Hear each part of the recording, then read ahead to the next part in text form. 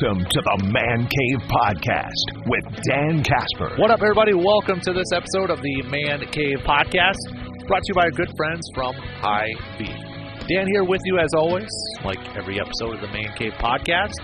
Coming up on this episode of the podcast, we got some DK show highlights where we're talking Packers and Justice Cleveland joined me on the show, so we got that chat with him as well.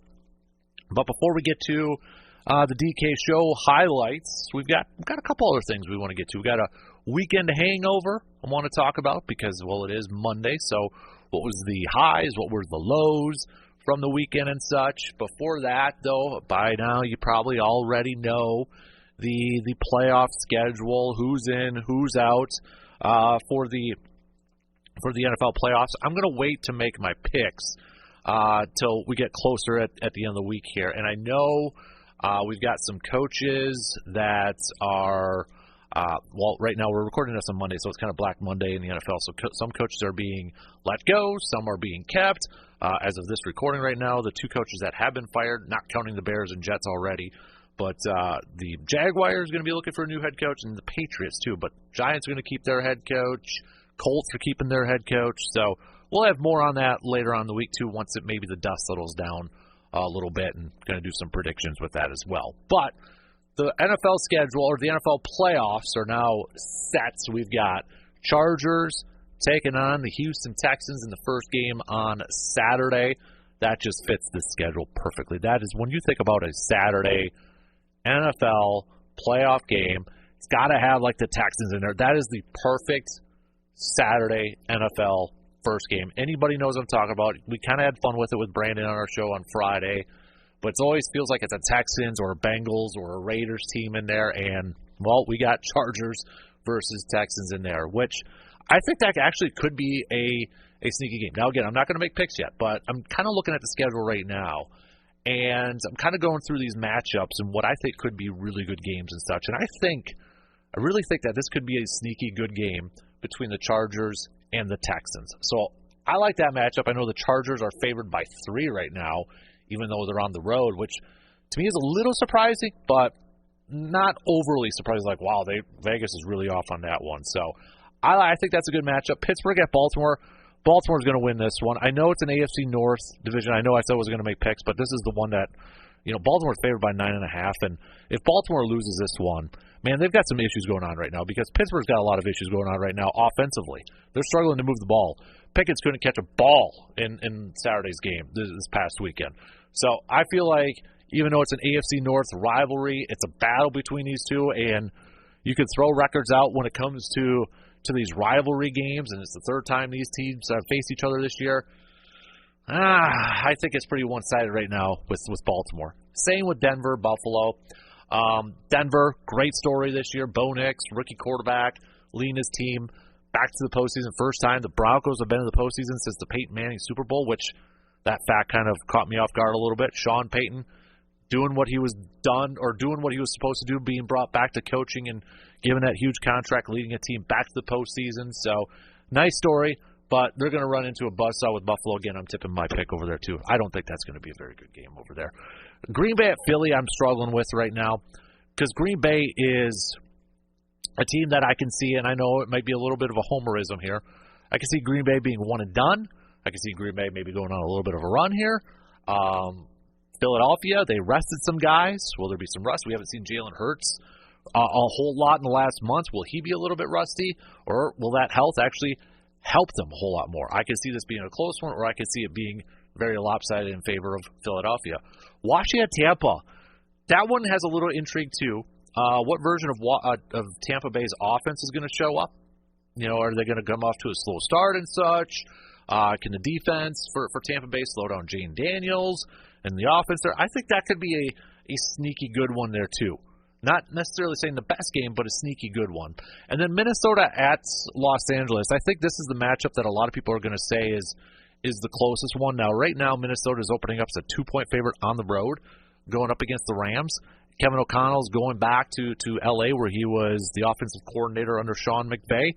I think this potentially could be a shootout between these two offenses. It's just Minnesota just only put up 9 points against Detroit, and you look at the Rams' offense, not counting their last game where Jimmy G was a starter. They kind of slowed down after that big-time offensive output they put up against Buffalo. But I think this one could be a pretty high-scoring, tight game, too. So, really, I think a lot of these matchups, outside of a couple, I think are going to be really, really close. And they're really good matchups for Wild Card Weekend. So, the Weekend Hangover. Let's get to the Weekend Hangover before we get to some DK show highlights. What was the highs? What were the lows? What was the best? What was the worst from this past weekend?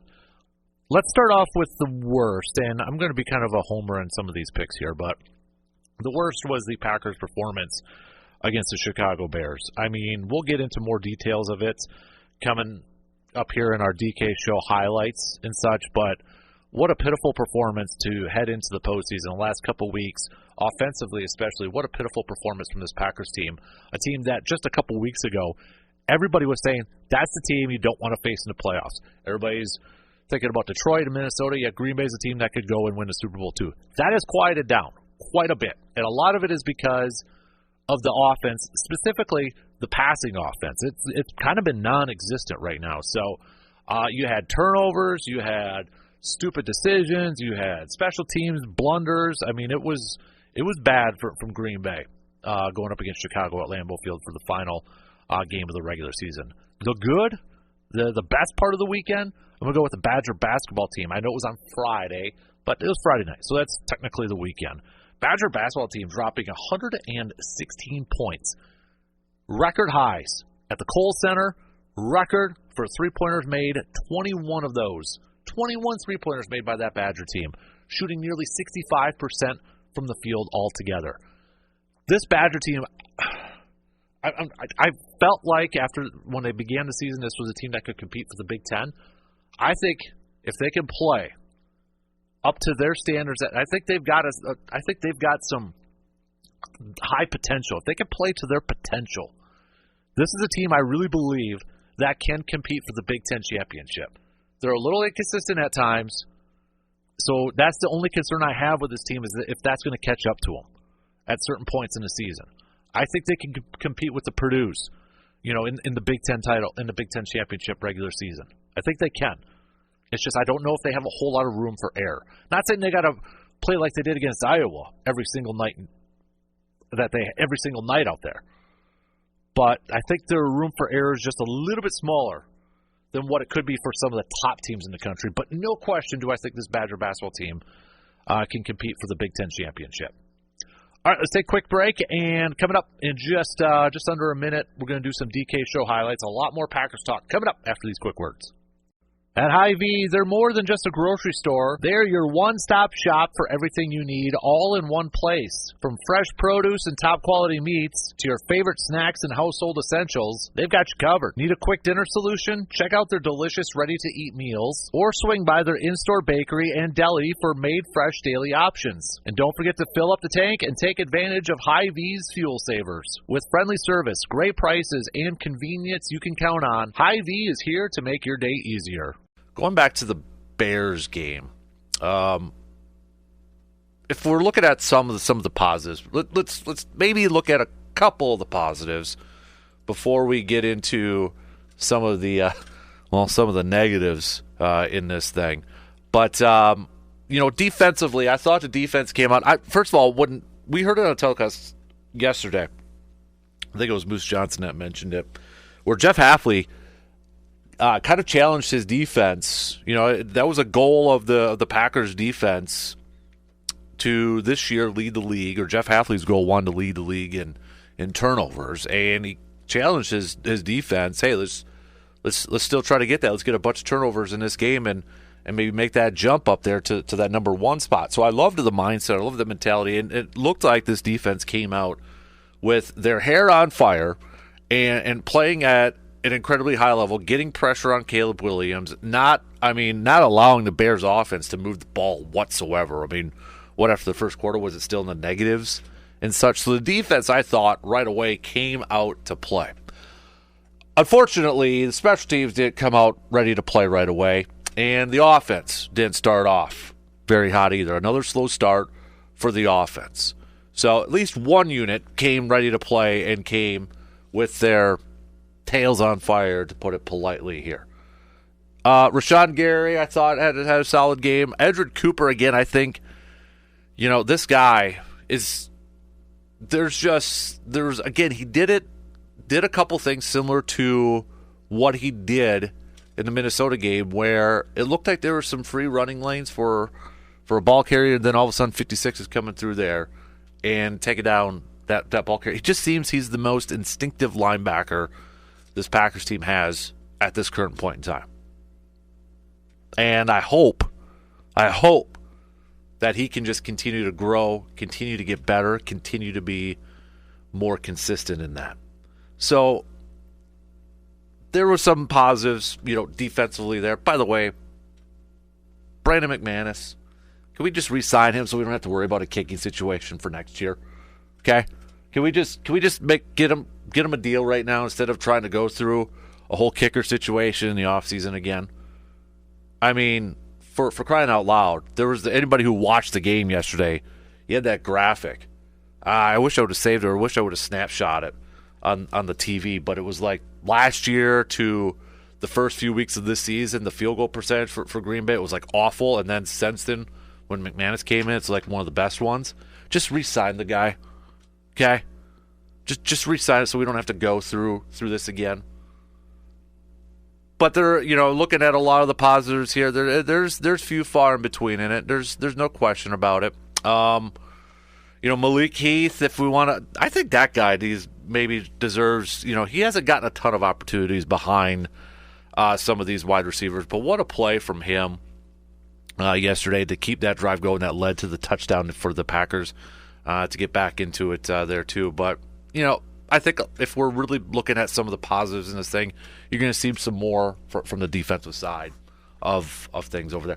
And another telling thing, I think, now that we know Jair's done for the year, he was placed on injured reserve. Eric Stokes played just a handful of snaps yesterday. That guy is in the doghouse. He's barely getting any playing time. With no Jair, Packers elected to put Oladapo, their rookie safety, a late pick. He got extended playing time at safety. Then Javon Bullard, Keyshawn Nixon, they kept on the outside. Carrington Valentine over there. Bullard at the slot, at the nickel. It's like they're really trying not to get 21 on the field. He is in the doghouse. His time in Green Bay, as soon as this season's over with, sure looks like it's done. It's over with. I mean, I'll be honest with you. I kind of didn't even think about it till it was halfway through the game, and I think somebody had said, he hasn't logged a snap yet. I'm like, you're right. Then we kind of saw him towards the end there, but boy, what? I don't know if that injury, and I feel bad because he did suffer a very bad lower leg injury in Detroit a couple years ago. And you have to wonder, has that affected his play, if that's really kind of taken his toll? I mean, it's been a long time. I mean, this is finally a year that he's been active, every single game. Hasn't played a ton of snaps, but thought maybe as he turned a corner, tried to get back last year, wasn't able to do it. You feel bad if it's an injury that's kind of derailed it and such, but man, it sure seems like. And I saw Matt Schneidman, who covers the Packers for The Athletic, tweet out yesterday too, when they talked to Jeff Hafley, and anybody who's listened to Packers defense coordinator Jeff Hafley and his pressers and such, he's a guy that goes into details in his answers. So he's not he's not like a Tom Clements where he's very short and to the point sort of thing. But when they talk about Eric Stokes, or when he's asked about Eric Stokes, he's pretty brief. So, I mean, that guy must really, really be in the doghouse right now. So, it's disappointing, and it stinks for that guy because I thought, his rookie year, if you go back a few years, he was kind of thrown in to a starter role right away. He had injuries, and then he got extended play time. I thought he had a solid rookie year. But second year is when he got hurt in that Lions game. And it just kind of fell down off of that. Fell off of that. So, it's a shame. It's a shame. But offensively, I think, is where we've got a lot of our question marks and issues with this team as we get set for the postseason here. I don't think there's much concern or question marks surrounding Josh Jacobs and essentially the running game. I mean, I thought Emmanuel Wilson and Chris Brooks. Chris Brooks seems to be like a nice little, and it's interesting too if you've watched these last few games with Chris Brooks, number 30 in your programs. They've kind of utilized him as a little bit of a fullback role too. When they have like two running backs in the backfield, he's kind of been utilized as a fullback, but he's carved out a nice niche, I think, for this team. Now, I don't know what his future is going to be like. They got Marshawn Lloyd. They invested a high draft pick in him. He's going to be part of the rotation next year. So who's going to be the odd man out? Is it going to be Wilson? Is it going to be Chris Brooks? I don't know. But I give a little bit of a tip of the cap to Emmanuel Wilson and Chris Brooks yesterday for running the ball hard and such. And I don't think there's much concern with the running game. Josh Jacobs, obviously after Watson and Love went out, like, okay, we're going to pull Josh out of here too. We don't need to suffer another injury and such. The biggest question mark is, where's this passing game right now for Green Bay? And I know Jordan Love didn't play a complete game yesterday, but I get this feeling, and I don't know if anybody else is like this. Jordan Love has done a very good job of taking care of the football these last few weeks. It's been kind of a tale of two different halves. First half of the season, maybe a little reckless, maybe a little bit more of a risk taker, throwing the ball down the field, led to some interceptions. Second half, he's been taking care of the football better, but it just feels like, has that come at a cost where maybe they're not pushing the ball down the field as much, or maybe not being a little bit more aggressive and really not being much of a risk taker throwing the ball down the field? It's just the feeling I get. It's, thinking back after these last few games, and really when you look at Jordan Love's yards per throw. So if you look at this yards per attempt, let me bring this up here because I was looking at it last night. Yeah, his average. So, Chicago, just 12 attempts, 7 of 12, 5.8 yards. Minnesota, 19 of 30, 6.2.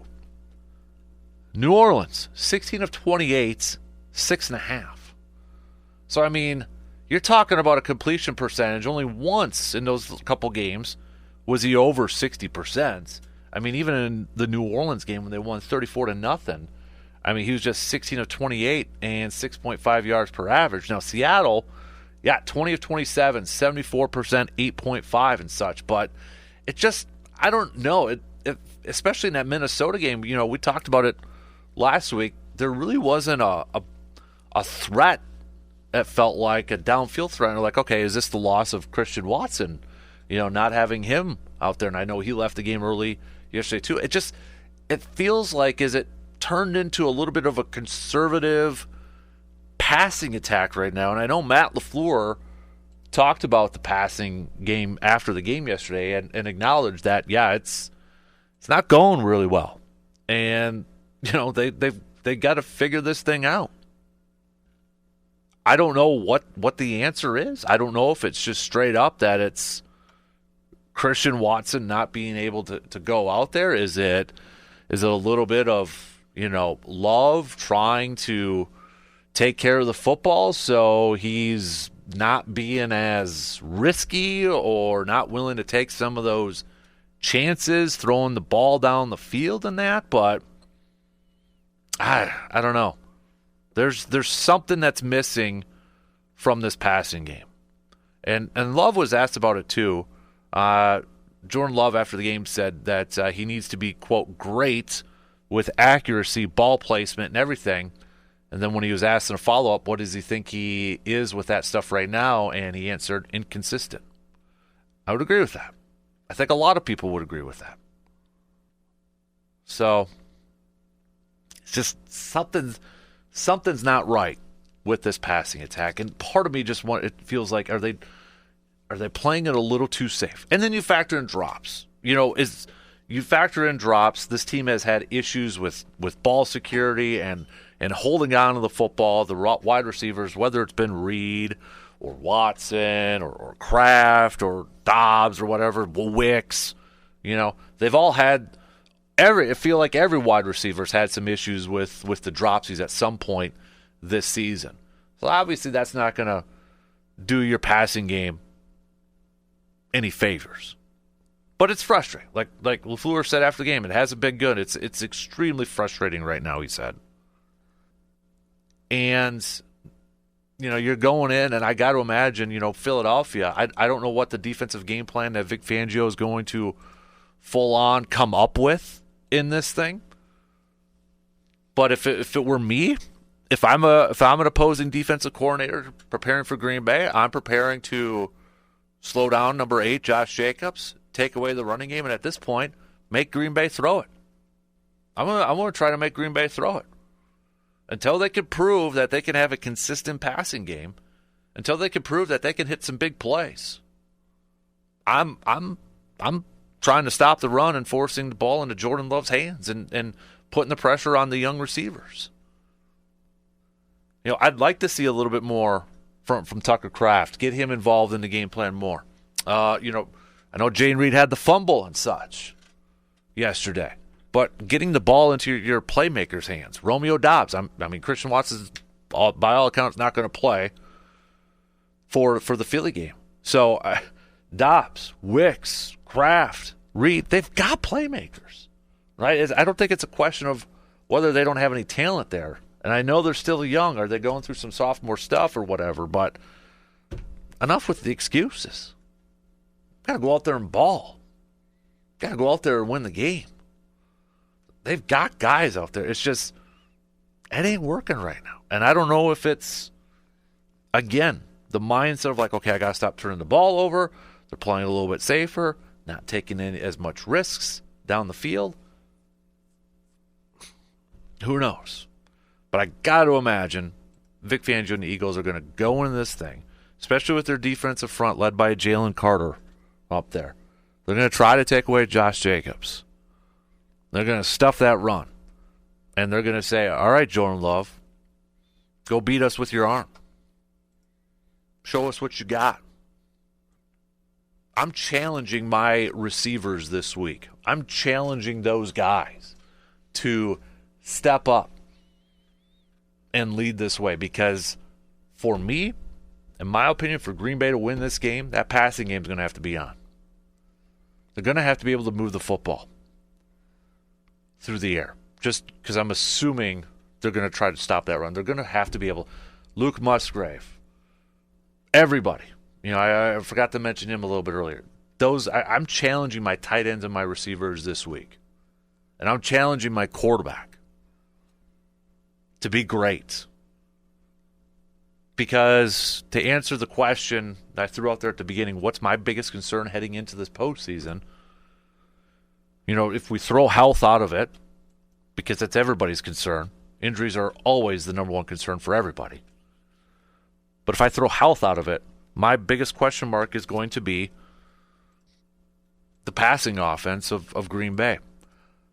I think the run defense, a lot of people are probably going to pick the run defense, and I get it. I understand it. Saquon Barkley, top rusher this year. In my opinion, should get some. I hope he gets serious MVP consideration. Green Bay's run defense has been solid. I think they've been better than what people kind of give them credit for. But let's be real. This is a huge test. Okay, this is a huge test for this run defense. You want to prove that the run defense is in fact better, is in fact a top 10 unit like the numbers show. Here you go.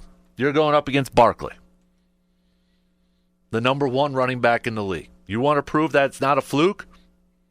You got your matchup. You got it. And that's where I look at, again, 56, Edgerrin Cooper. Not to get too much into previewing the game and such, because we got all week to do that.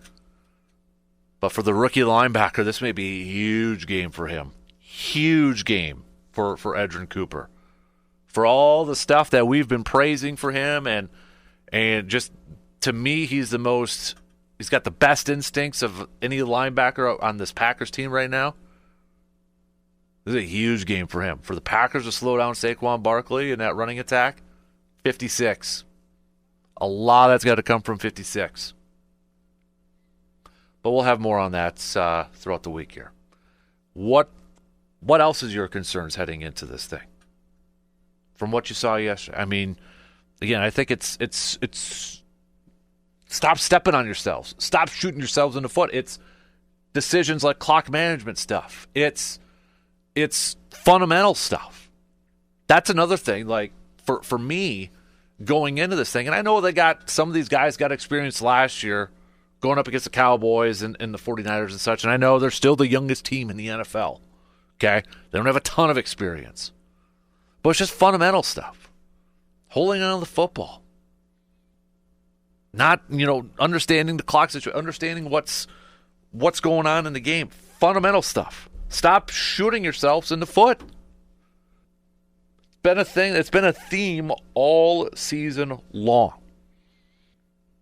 And as the great as the great Apollo Creed said in Rocky III, there is no tomorrow. So you can't get away with doing some of the stupid stuff that they've been doing and picking up a win against Philadelphia. There's no tomorrow. Do or die. They're going to have to play an incredibly clean game and hope, beyond hope, that some of the stupid stuff, some of the fundamental stuff that they've been lacking at various points this year doesn't rear its ugly head on the road in Philadelphia. Justice Cleveland now joining us. How was your holiday break? It was great. It was good. Yeah? Spent it with family over on the other side of the state, and good times. Kids had a blast. So back in the regular swing of things now. I guess. At school on Monday, first one in a while too. Yeah. So goes by. The holiday season goes by so fast, and I think this year so fast because of the late Thanksgiving too. It was like you blink and it was over. Exactly. And we were talking a little bit off the air. It still feels like we shouldn't be 18 weeks through the NFL season. No. I mean, it doesn't feel like it was that long ago that we were talking about Packers, Eagles, and Brazil, and here we are talking about them in the playoffs now. Yeah. In this matchup. And we're hoping not bookending the season with a start in Philadelphia or against Philadelphia and an end at Philadelphia. So continue to send us your texts. We couple here really quick. Mark says, I have no stats to back it up, but it seems like our O-line has been slipping in pass protection the last few weeks. Also, special teams, kick coverage teams were terrible yesterday.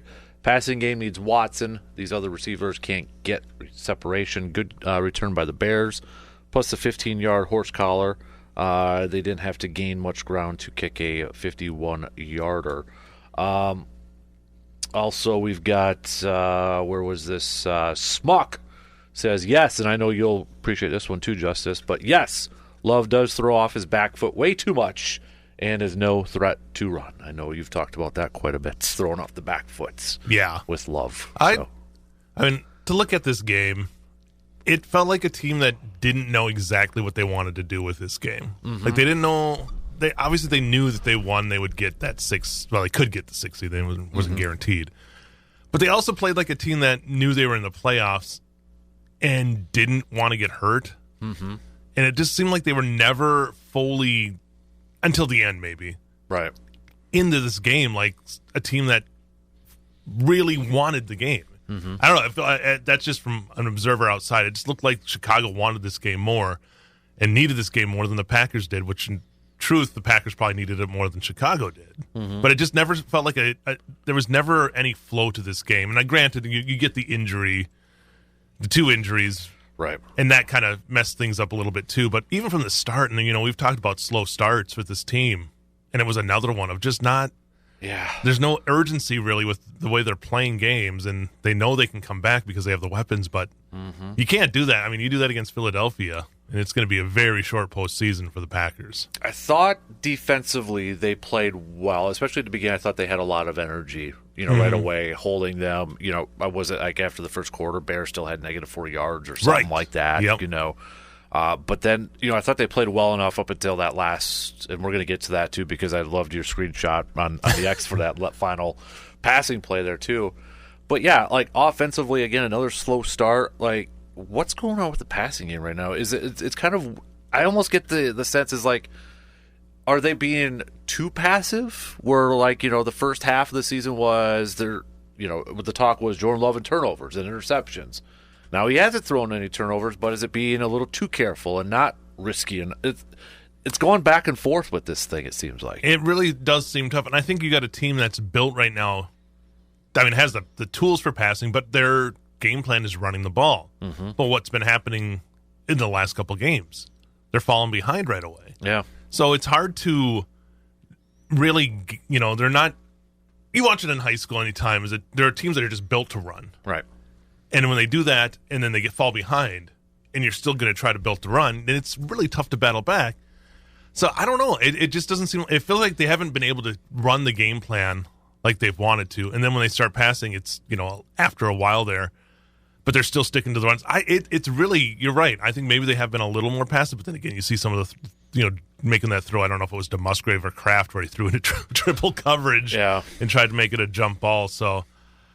It really seems like a team that maybe the injuries have caused this, and maybe it's just trying to be that run first team hasn't been maybe as explosive as we kind of expected it to be. And you can't discount the weather for a game like that. Both teams are playing in the weather, but it's hard in those when it's in the teens and even the wind chills below that to really gas up that passing game.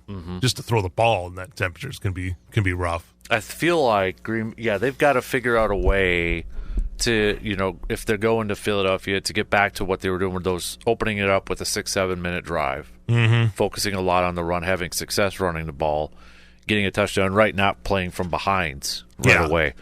But I got to imagine Vic Fangio, defensive coordinator for the Eagles, is going to be like, or if I'm a defensive coordinator preparing for Green Bay, at this point, I'll be like, okay, we're going to stop Josh Jacobs. Yeah. Jordan Love, you try to beat us then. Yeah, and we've seen teams try to do that before, and I think Love is obviously capable of beating them, and they have that. Even without Christian Watson, you still have the tools, if you execute right, to be able to beat a team throwing the ball.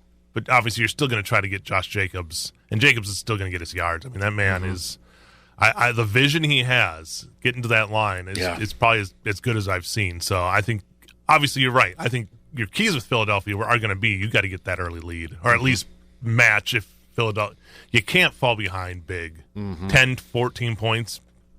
I don't know if they have, against the Philadelphia team, the ability to battle back from something like that. So, and then, that last play. Yeah. I know Matt LaFleur had something about, it's like 12 seconds for a team to make a completion and all, and to spike it and such, but they weren't prepared for a 15-yard, whatever it was. It was a weird excuse. It doesn't make any sense. Yeah. Like, the Bears haven't gassed you all day deep. Right. So why on the last, basically what's going to be the last play from scrimmage before a field goal attempt, are they going to try to go deep? Maybe, the only thing you could think is like, well, they have nothing to lose, so they're going to, but they're not doing that. They were still trying to, all they had to do is get 15 yards to get in a field goal. So it just didn't make any sense why you're playing that far off the ball. There's there's other screenshots when it's from the snap, and you can't even see the Packer players in the frame. They're playing it like it's a Hail Mary. Right. Which I don't understand that. I don't know if the mindset was, which I still wouldn't agree with this. I'm trying to get into the mindset of it. Were they prepared for that and then catch and just like letting them try to run because they didn't have a timeout and then time would expire? But I don't know. But that's still even stretching it. Yeah, maybe goading them into throwing something. Right, and so they're running field around, and then by the time they get up and snap at the game, that's a stretch though too.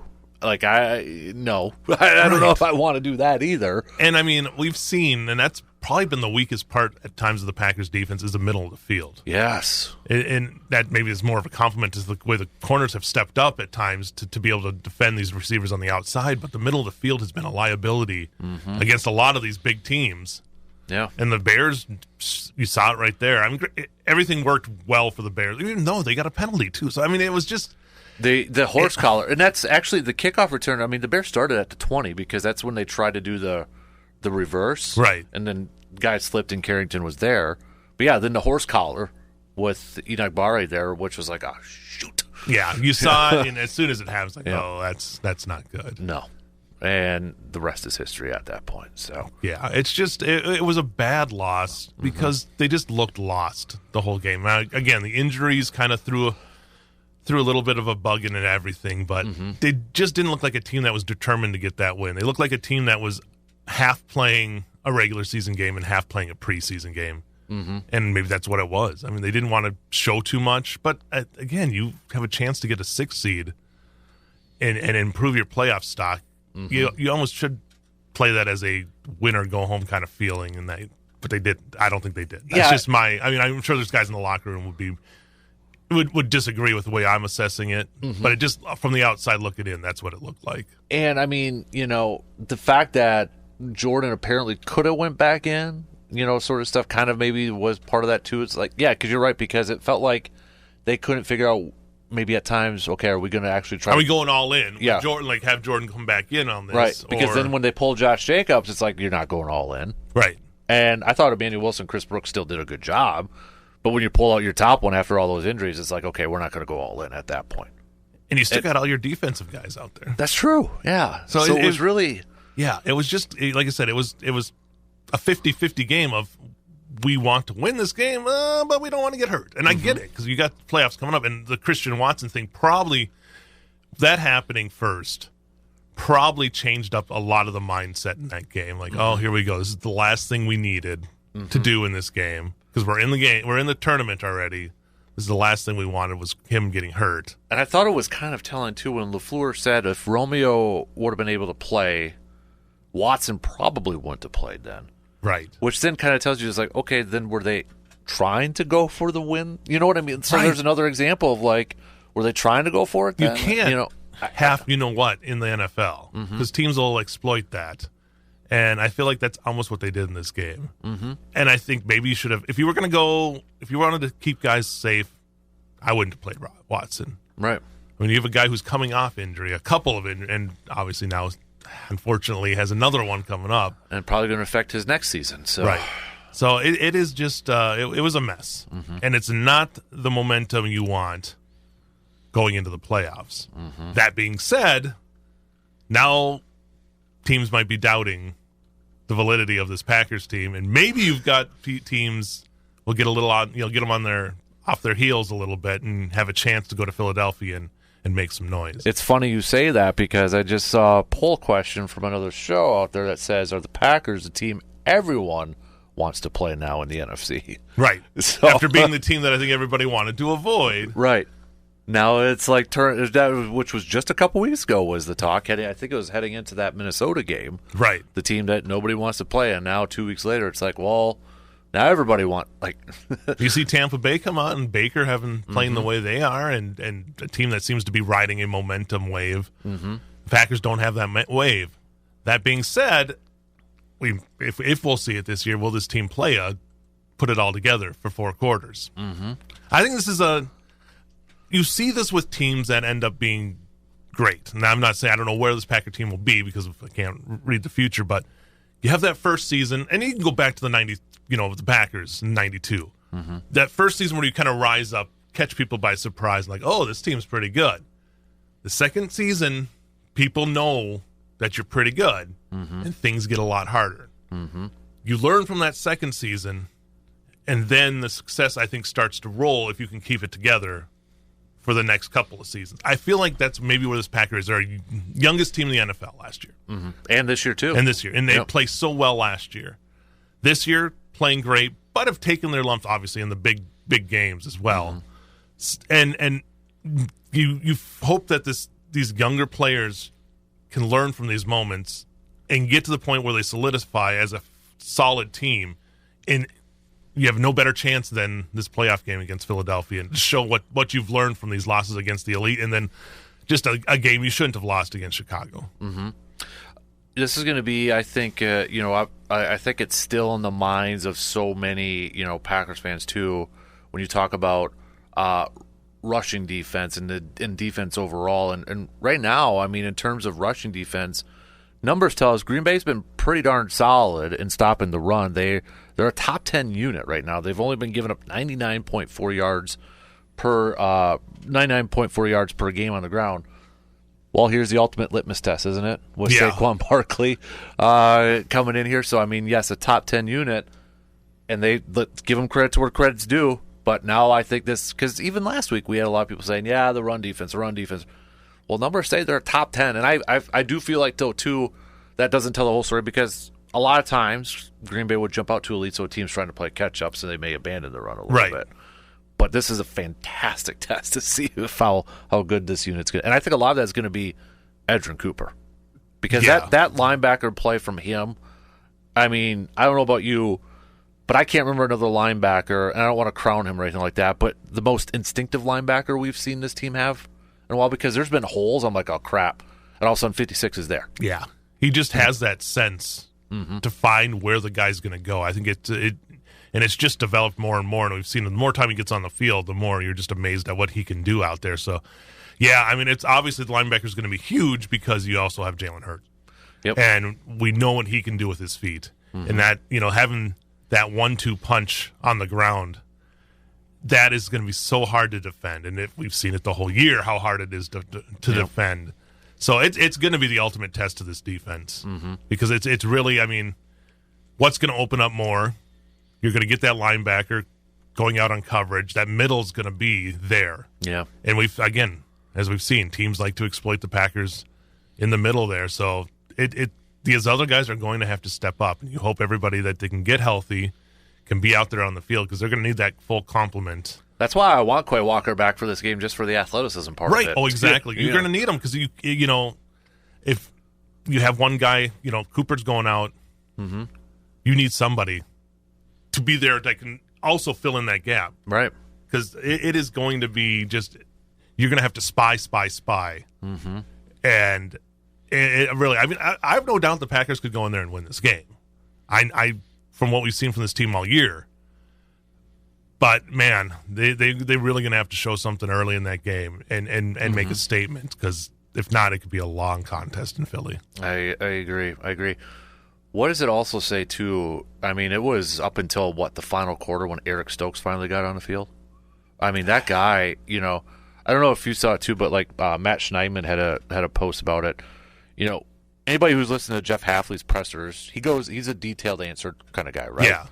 And Schneidman pointed out, whenever he's been asked about Stokes, it's been pretty brief. And no Jair. So you see yesterday they changed it up a little bit again where Oladapo, their rookie safety, got extended playing time. Right. To allow Bullard to play that slot nickel, Nixon and Carrington on the outside then. Eric Stokes must be in a doghouse right now. They don't trust him at all to be out there. And I don't know if it's just the injury, that lower leg injury he had a couple years ago in Detroit. He lost the speed, maybe. There's something good. But, man, I feel bad, but at the same time, to me, that tells you a lot when you're throwing in a rookie safety to get over a guy like Eric Stokes who's been in the league for a few years and a former first-round pick. And Stokes hasn't had a pass defense since his rookie year. Yeah. I mean, that's a telling stat right there. I mean, that you hate to say bust, but right now, that looks like a bust of a pick for the Packers. And, the fact that I think you're seeing a lot this season is Hafley figuring out, guys that you wouldn't expect to be out there that he's saw in practice that, okay, this guy fits my position, my defense better than he fit in the last defense, and them throwing him out there. Yeah. And I think, putting his statement on it, I think and maybe that's why we're not seeing as much, we saw, like a Preston Smith getting traded. Kenny Clark. What are we getting from Kenny Clark this year? Even, obviously Gary he's a Pro Bowler, but yeah, I think he's gotten better as of late, but obviously not racking up sack numbers. Right. So it's like, you've seen a lot more from a lot of these guys that you weren't expecting to hear their name being called in this defense because I think maybe they fit better in Hafley's vision of what the defense is. So I think Stokes is another one of those guys that just doesn't fit and maybe doesn't have the skills anymore to fit in this defense. And I think that further complicates what to do with Jair. Right. Because I know he's got the non-guaranteed salary, which they could move on from him, and you're still going to take a dead cap hit, but you could potentially move on after him. But, I mean, the fact that, you're going to need another corner with him regardless. Does that further complicate? Like, okay, maybe we should keep him for another year. Yeah. I don't know what they do at this point. I mean, you gamble and go and try to get somebody. You're basically going to do the same, just try to replace him with somebody of equal value. But Jair on the field and healthy is an amazing athlete, but we haven't seen that in the last basically year and a half. And since the suspension, it's been I think that lingers so long too. Is not only the on the field antics, but it's the technically off the field, but they were on the field because he went on for the. It's like, how much are you willing to put up with? I think he's a fun guy to interview in the locker room. I actually enjoy his personality because it's just something different. But when he's not playing and not playing up to standard, I think teams are quick to move on for people that they see potential headaches with. And I don't know. It'll be an interesting decision in the offseason. I say you might as well try to keep him because if you get him back to that level that he can play at, you've got yourself one of the better cornerbacks in the league. Because it sounds like, at least right now, with that knee surgery, I mean, if they went on a run, they're saying he could play in the Super Bowl. Right.